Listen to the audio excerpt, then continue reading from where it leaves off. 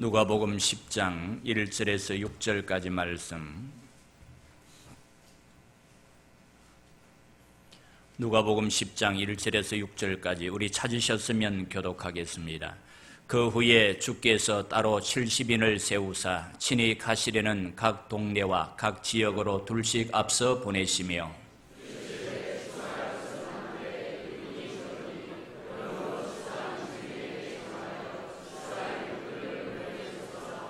갈지어다 내가 너희를 보냄이 어린 양을 이리 가운데로 보냄과 같도다.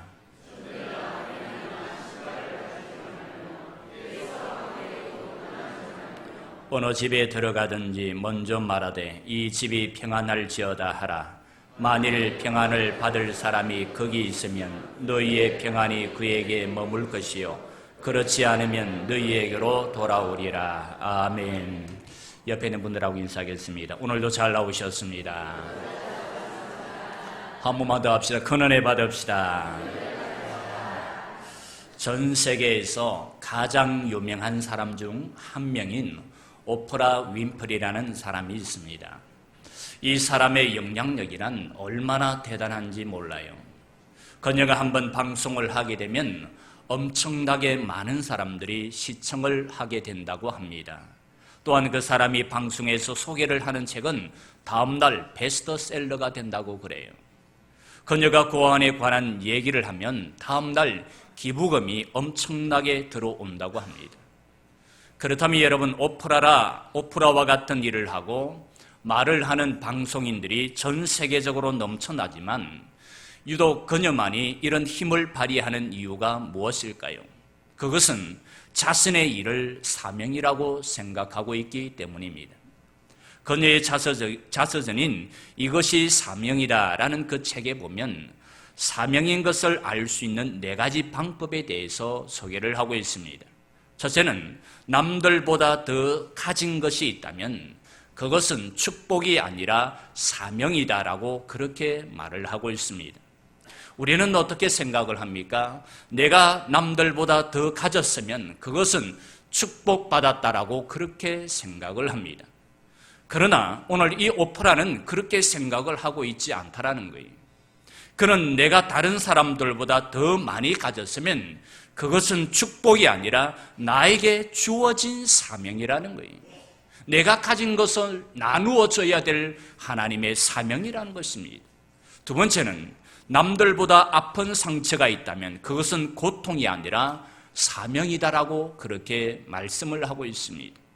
세 번째는 남들보다 더 설레는 일이 있다면 그것은 착각이 아니라 사명이고, 네 번째는 남들보다 더 부담되는 일이 있다면 그것은 강요가 아니라 사명이다라고 그렇게 말을 하고 있습니다.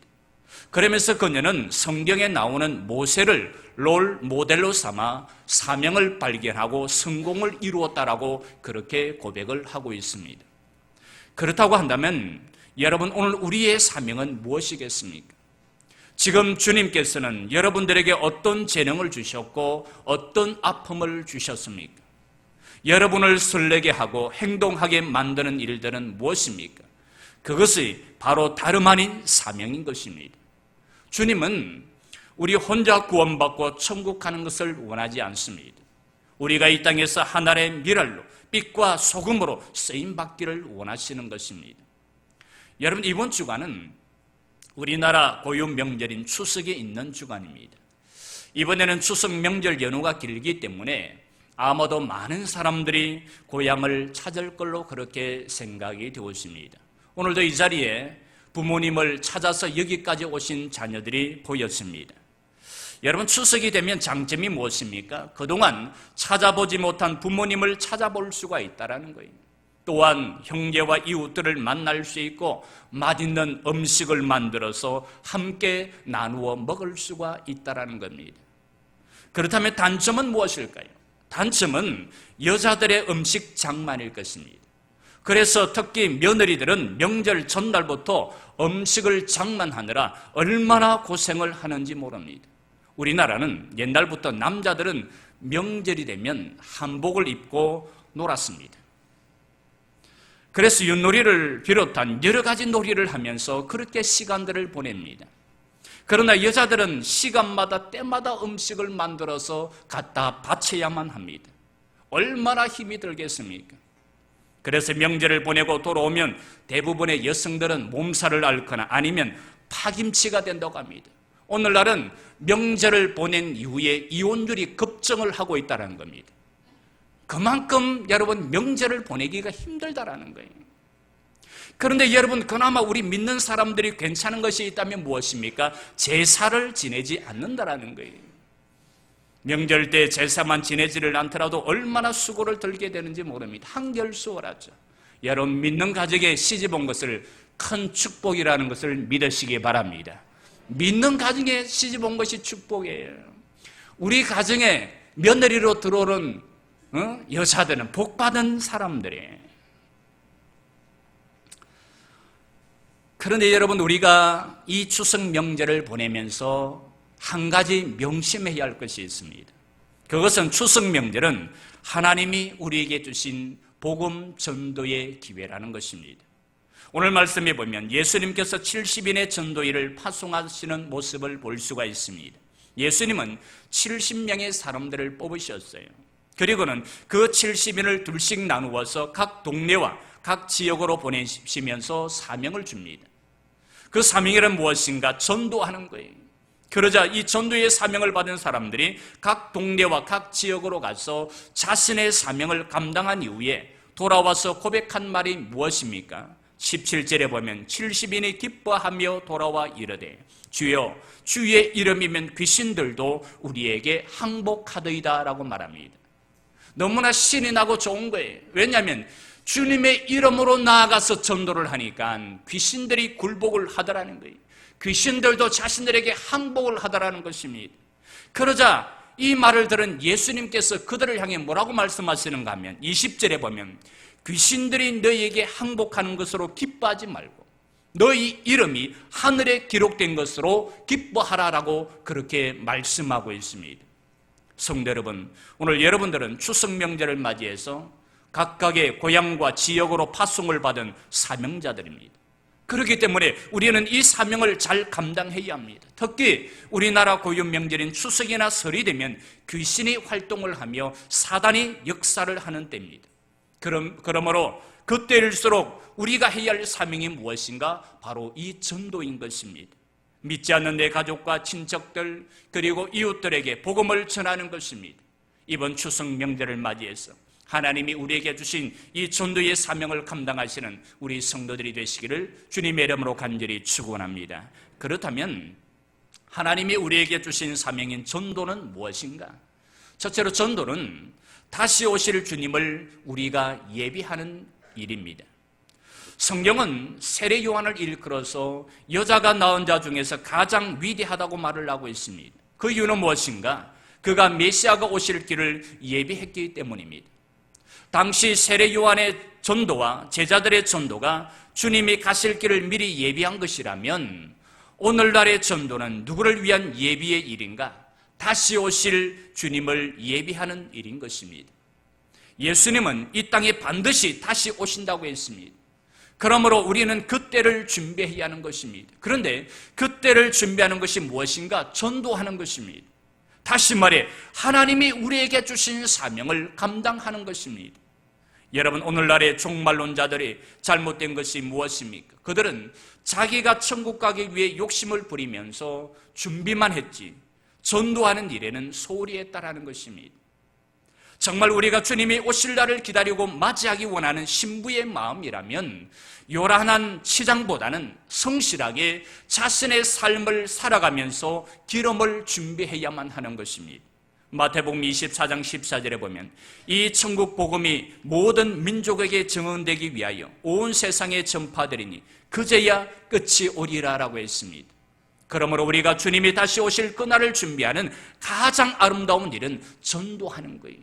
이 전도하는 것이 하나님이 우리에게 주신 사명일 뿐만 아니라 다시 오실 주님을 우리가 예비하고 준비하는 일인 것입니다. 두 번째로 전도는 권면이 아니라 명령입니다. 오늘 예수님께서는 70인을 파송하시면서 그들을 향해 뭐라고 말씀하십니까? 3절에 보니까 갈지어다 라고 했습니다. 이 말씀은 아주 강한 명령인 것입니다.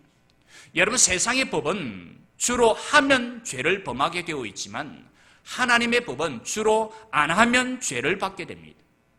그러므로 우리는 하지 말라는 것을 안 하는 것보다는 하라는 것을 하는 것이 더 하나님 앞에 충성되이 일하는 것입니다. 이번 추석 명절 때에는 우리 성도들의 마음에 갈지어다라는 이 주님의 말씀이 비수와 같이 박히시기를 간절히 바랍니다.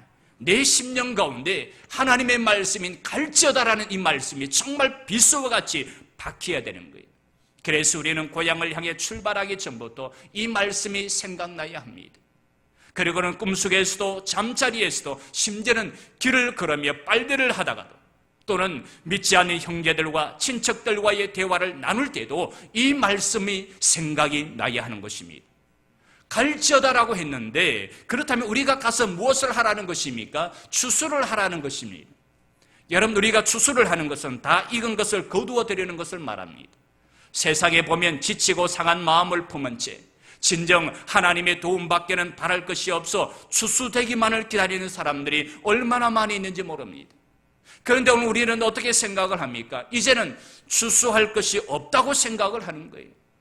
그래서 나가봐야 별 효과가 없다고 생각을 하지만 하나님의 생각은 그렇지가 않다는 것입니다. 하나님의 생각은 아직까지도 추수할 것이 많이 있다는 것입니다.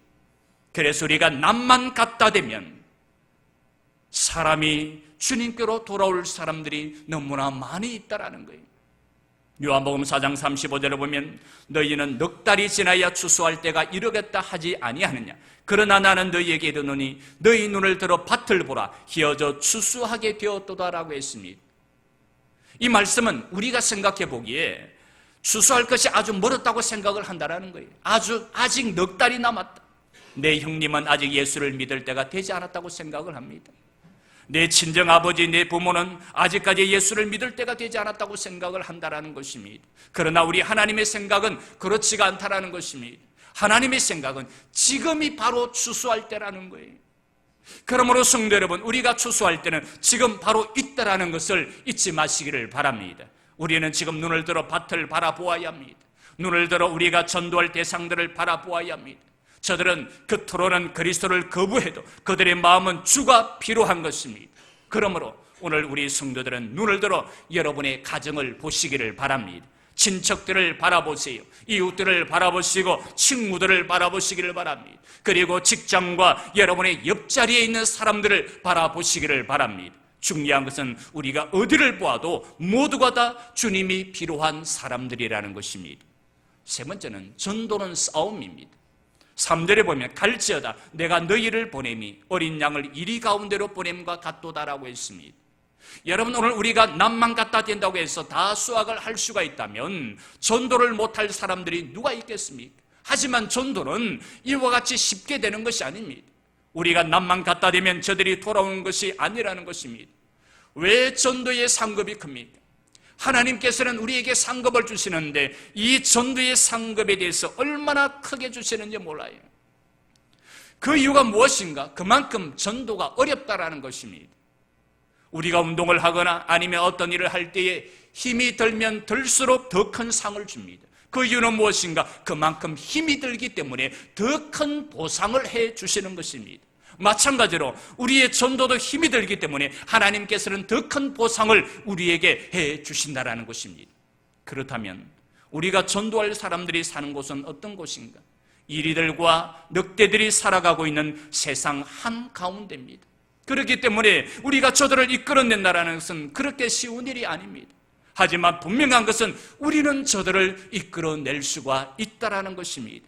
저들에게는 쾌락이 있고 즐거움이 있습니다. 그렇기 때문에 저들은 이것으로 인해 영적인 마비가 되었음에도 불구하고 그것을 느끼지를 못하고 있다는 것입니다.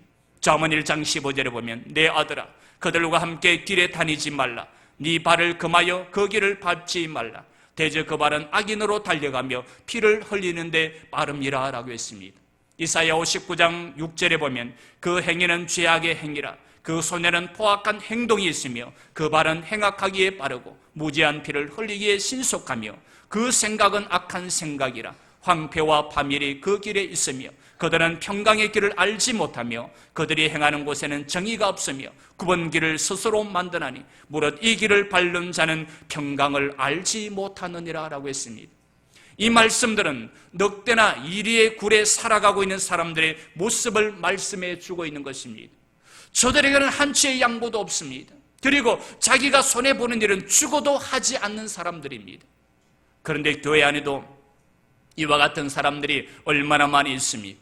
내가 편하고 아무런 속썩이는 일 없이 그저 대우가 좋은 교회를 찾아갑니다. 뭔가 먹으려고 가는 넉대나 이리의 심정으로 다니는 사람들이 많이 있습니다. 그러나 여러분, 이것은 분명 잘못된 것입니다. 우리는 자신이 손해보지 않으려고 하면서도 뭔가 먹으려고만 다니는 그러한 넉대의 심정이 아니라 양과 같이 순진해야 합니다. 왜냐하면 순진해야만 전도할 수가 있기 때문입니다. 이것저것을 재며 계산만 하는 사람은 전도를 할 수가 없습니다. 왜요? 넉대나 이리들인 세상 사람들도 계산적이고 재는 사람들이기 때문입니다. 그러므로 우리가 전도하기 위해서는 무조건적인 사랑과 관심만을 가져야 하는 것입니다. 이것만이 강팍한 마음을 가진 사람들을 우리가 전도할 수가 있는 것입니다. 여러분, 우리는 이리와 넉대들을 무서워할 필요가 없습니다. 우리는 그렇게 생각을 합니다. 내가 어떻게 전도를 해야 하지? 무슨 말부터 시작을 해야 하지? 그러다 보면 두려움이 엄습해 올 때가 많습니다. 그러나 여러분, 우리는 두려워할 필요가 없습니다. 19절에 보면 내가 너희에게 뱀과 정갈을 밟으며 원수의 모든 능력을 제어할 권능을 주었으니 너희를 해칠 자가 결코 없으리라 라고 했습니다. 예수님께서는 70인의 전도자를 세우시고 그들을 보내셨지만 그냥 보내신 것이 아니었습니다. 예수님은 저들에게 원수들을 제어할 권능을 주셨다라는 것입니다. 그렇기 때문에 우리는 사명을 위해 적진을 향해 나아가지만 두려워할 필요가 없는 것입니다. 왜요? 우리를 해할 사람들이 없기 때문입니다. 그러므로 오늘 우리 성도들은 이 사명을 감당하시기를 바랍니다. 무엇보다도 두려워하지 마시고 담대하게 나아가서 우리 하나님이 우리에게 주신 사명, 그 전도의 사명을 감당하시는 성도들이 되시기를 주님의 이름으로 간절히 축원합니다. 여러분에는 권능이 주어졌어요. 여러분들이 나아가면 이 추석 명절 때 귀신들도 떠나갑니다. 사단이 역사하지를 못합니다. 하나님이 여러분에게 그런 권세와 능력을 주셨기 때문에 두려워하지 마시고 담대하게 여러분의 부모님에게 나아가시기를 바랍니다. 형제들에게 나아가시고 일가 친척들에게 나아가서 하나님이 여러분들에게 주신 복음 전도의 사명을 감당하시기를 바랍니다. 네 번째는 전도에는 기쁨이 있고 상급이 있습니다. 여러분, 우리가 전도하는 전도의 열매에는 하늘의 상급이 있지만 이 땅에서도 기쁨을 누리게 해줍니다. 아마도 우리 여성들 가운데 아이를 낳아보신 분들은 잘 아실 것입니다.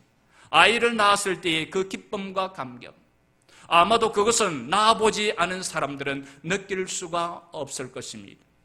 대부분의 아내들이 첫 아기를 낳았을 때 하는 말이 무엇입니까?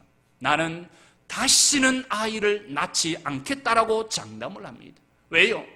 그 고통이 너무나 힘들고 너무나 괴롭기 때문에 나는 이제 다시는 아이를 낳지 않겠다라고 그렇게 말을 합니다. 하지만 그 말이 있은 지 얼마 되지 않아 또 다시 아이를 낳습니다. 그 고통과 아픔을 잊어버린 채 또다시 아이를 낳는 이유가 무엇이겠습니까? 그것은 바로 출산에 대한 기쁨 때문인 것입니다. 마찬가지로 오늘 우리가 육신의 자녀를 낳는 것이 이와 같이 기쁘고 즐겁다면 영적인 자녀를 출산하는 것은 얼마나 더 큰 기쁨이겠습니까? 내가 전도한 사람이 교회에서 학습을 받고 세례를 받아 하나님의 나라를 위해 쓰임받는 일꾼으로 살아간다면 너무나 기쁘고 즐거운 것입니다.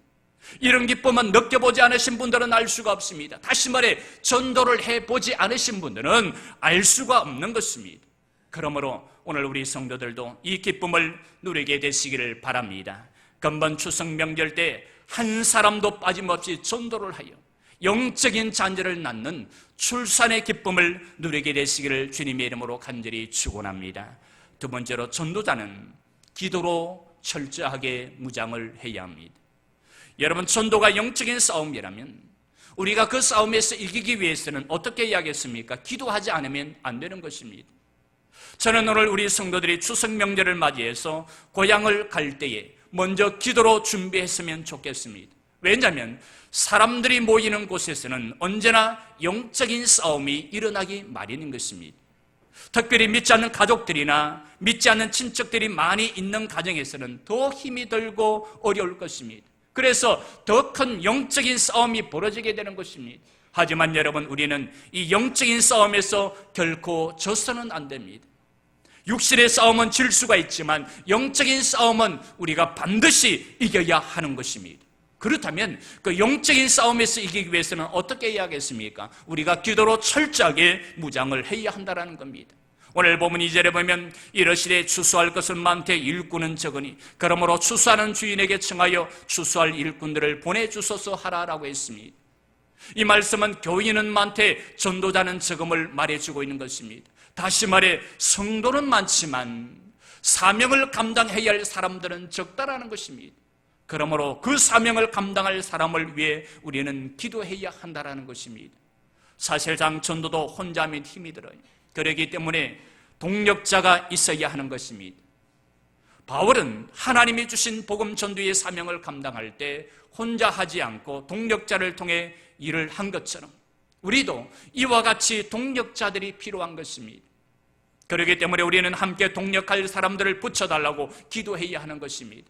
여러분, 성경에 보면 믿음의 선배들이 승리한 역사들이 많이 나옵니다. 그런데 그들이 싸움에서 승리를 할 수 있었던 것이 무엇 때문입니까? 기도 때문입니다. 엘리야는 갈멜산상에서 기도를 통해서 바알과 아세를 숭배하던 그 이단들을, 그 거짓 선지자들과 싸워서 승리를 했습니다.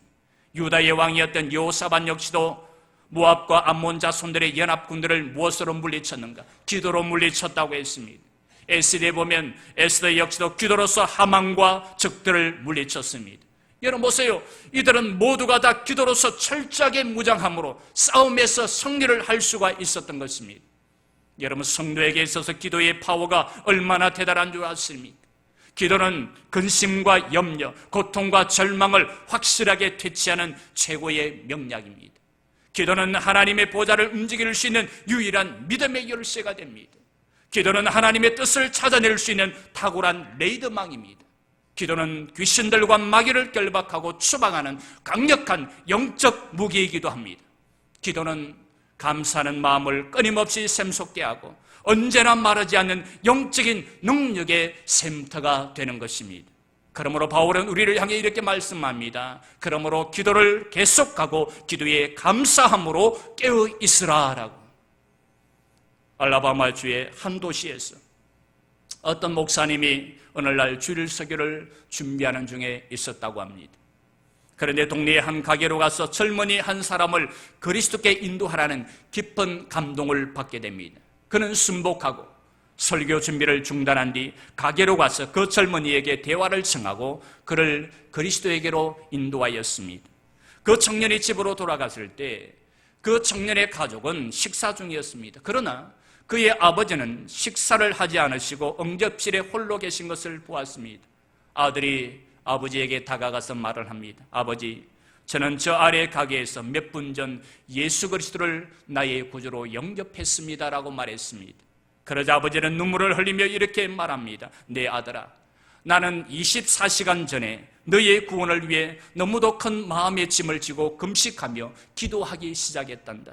그리고 하나님께 네가 구원받기까지는 음식이나 물을 입에 대지 않겠다고 약속을 했단다라고 그렇게 말했다고 합니다. 사실상 아버지는 아무에게도 이 이야기를 하지 않았기 때문에 식구들 중에 그 어느 누구도 아버지와 하나님과의 이 약속을 알지 못했습니다. 그러나 그의 기도는 하나님께 상달되었고 결국에는 아들을 구원하기에 이르렀던 것입니다. 여러분 보세요. 아들을 구원하기 위한 이 아버지의 모습, 이 아버지의 간절함, 하나님 앞에 결단하고 내가 금식해서라도 내 아들을 구원해야 되겠다라는 이 아버지의 이 간절한 마음이 하나님의 마음을 움직였던 것입니다. 성경에서 보면 눈물을 가장 많이 흘린 예언자로 예레미야 선지자로 우리가 뽑을 수가 있습니다.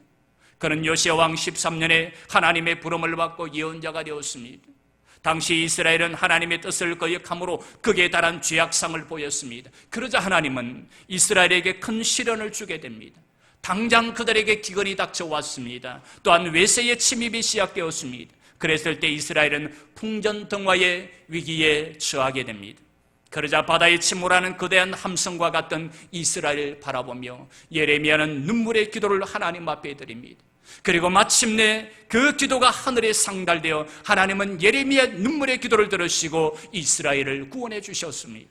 그러므로 우리도 기도할 때 영적인 싸움에서 이기게 해주시고 기도할 때 구원의 역사가 일어나게 되는 것입니다. 기도를 통해 이 구원의 역사를 경험하게 되시기를 주님의 이름으로 간절히 축원합니다. 세 번째로 전도자는 세상의 욕심을 버리고 영혼에 대한 욕심을 가져야 합니다. 4절에 보면 전대나 배낭이나 신발을 가지지 말며 길에서 아무에게도 무난하지 말라라고 했습니다. 여러분, 전도자는 세상의 욕심이나 돈을 사랑하거나 사치를 해서는 안 됩니다. 전도자는 생활에 있어서 금수해야 하고 모범이 되는 생활을 해야 합니다. 왜냐하면 그래야만 전도의 능력을 상실하지 않을 수가 있기 때문입니다. 하늘나라는 말에 있지 않고 능력에 있다고 했습니다. 능력은 어디에서 나오는가? 삶에서 나오는 거예요. 여러분이 가진 물질에서 능력이 나오는 것이 아니라 여러분이 가지고 있는 어떤 능력이나 어떤 지위나 명예나 권세에서 나오는 것이 아니라 바로 우리의 삶에서 나오는 것입니다. 그렇기 때문에 세상에 욕심을 가지는 사람은 능력 있는 삶을 살아갈 수가 없는 것입니다. 얼마 전에 제가 시골 집에 갔을 때 아버님이 눈에 약을 치고 계셨어요. 약을 치기 위해 경운기를 가지고 물을 퍼고 계셨습니다. 한참 뒤에 아버님이 물을 퍼다가 그만 다시 돌아오시는 거예요. 그러면서 보니까 얼굴이 별로 표정이 안 좋습니다. 제가 물어보았더니 그만 경운기를 다 태워 먹었다라는 거예요. 경운기에 엔진 오일이 새는 줄도 모르고 경운기를 돌리다가 그만 엔진이 다 타버린 것입니다. 엔진이 다 타버렸으니 그것을 갈지 않으면 이제 눈에 약을 칠 수가 없습니다. 그래서 기사를 불렀더니 얼마를 달라고 하는가 하면 80만 원을 달라는 거예요. 경운기가 200에서 250만 원을 하는데 80만 원을 달라고 하는 겁니다. 그래서 제가 한번 물어보았습니다. 한 해 농사를 지으면 소득이 얼마나 됩니까? 라고. 그러자 아버님이 한 얼마 정도 된다라고 그렇게 말씀을 하시는 거예요.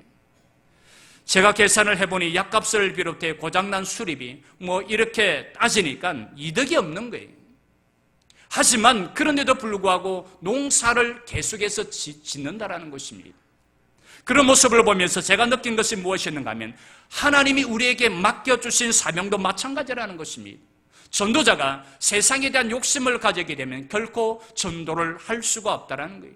전도는 내가 가진 욕심을 버리고 영혼에 대한 욕심을 가질 때에 할 수가 있는 것입니다. 그러므로 오늘 우리 성도들은 여기에 욕심을 가지시기를 바랍니다. 여러분이 가지고 있는 그 재물의 욕심을 가지는 것이 아니라 이 세상의 것에 욕심을 가지는 것이 아니라 죽어가는 영혼에 대한 욕심을 가질 때에 우리는 전도를 할 수가 있는 것입니다. 바울을 보십시오. 그는 하나님이 주신 사명을 자신이 가지고 있는 것을 아까워하지 않았다고 했습니다. 심지어는 가지고 있는 모든 것들을 배설물처럼 그렇게 버렸다고 했습니다. 그랬을 때 그를 통해 수많은 영혼들이 주께로 돌아올 수가 있었던 것입니다. 또한 복음의 놀라운 역사들이 그를 통해서 일어나게 되었다라는 것입니다. 말을 정리합니다. 성도 여러분, 이번 추석 명절을 당해 하나님이 우리에게 주신 사명을 다시 한번 생각해보는 시간이 되었으면 합니다. 하나님이 우리에게 주신 전도의 사명, 이 사명을 실현할 때가 언제인가? 바로 이때인 것입니다. 추석 명절은 특별히 우리가 사랑하는 사람들을 많이 만날 수가 있는 때입니다. 사랑하는 내 부모, 사랑하는 내 자녀들, 사랑하는 내 일가 친척들을 만날 수가 있습니다. 그렇기 때문에 우리는 이때를 놓쳐서는 안 됩니다. 내가 사랑하는 사람들을 살려야 되는데 그것은 바로 저들에게 복음을 전하는 것입니다. 그래서 이번 기회를 통해 여러분의 믿지 않는 가족들과 일가 친척들 모두가 다 주님 앞으로 돌아오는 구원의 역사가 일어나게 되시기를 주님의 이름으로 간절히 축원합니다. 하나님, 이번 한 주간 우리나라의 고유 명절인 추석 명절이 있는 주간입니다. 추석 명절을 맞이해서 우리 성도들도 고향으로 오고 갈 터인데 하나님께서 우리의 걸음을 지켜주시고 안전하게 잘 다녀올 수 있도록 인도하여 주옵소서. 무엇보다도 우상에게 절을 하지 않도록 우리의 믿음을 지켜주시고 하나님이 우리에게 주신 전도의 사명을 감당함으로 믿지 않는 가족과 일가 친척들이 주님께로 돌아오는 구원의 역사가 일어나게 하여 주옵소서. 예수님 이름으로 기도 올리옵나이다.